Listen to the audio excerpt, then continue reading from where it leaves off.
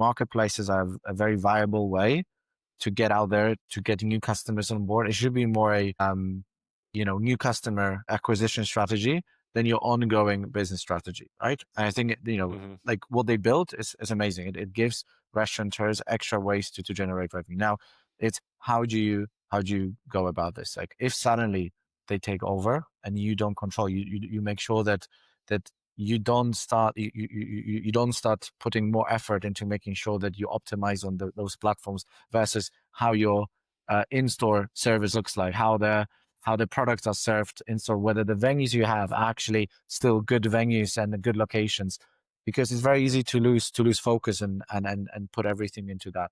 And secondly, there is, at what point you realize, ideally from day one, is that there's a certain group of customers and that's majority of your loyal customers. The reason why you actually open a business is to build people who want to come and eat at your venue or drink, the people who care and want to order from you.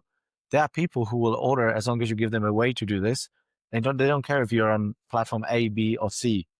So also making sure that suddenly you don't start promoting to these customers who are just care about you to go and say, hey, why don't you order on that platform? Because that's suicidal. You're actually telling them go and order there.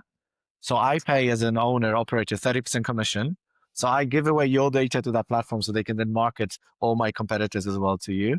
And ultimately, their business model is to ensure that you never step into the restaurant again. Every time you step again into the restaurant, they're losing money because they're not getting you to order online. So understanding this and thinking, let me use it to my upside. Let me just try to use it for my new customers and try to reach, like, widen my reach, but making sure that all that in-store, all my key customers have ways to always come and visit me. Or if they want to order for delivery, I give them tools through my apps, through for a loyalty app, for a website, so they can order in the same smooth, easy to use way.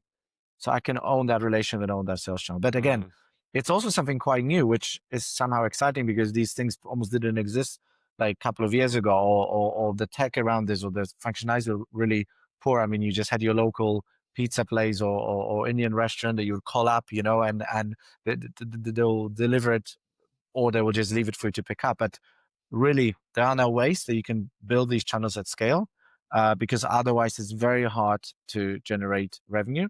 Or you need to make another conclusion and say, I just want to become a dark kitchen. I almost don't care about their location, but then don't have a lease for a high street location where you're paying tons of money if all your revenue goes through a kitchen and no one cares where you serve it. So really being realistic there. Yes.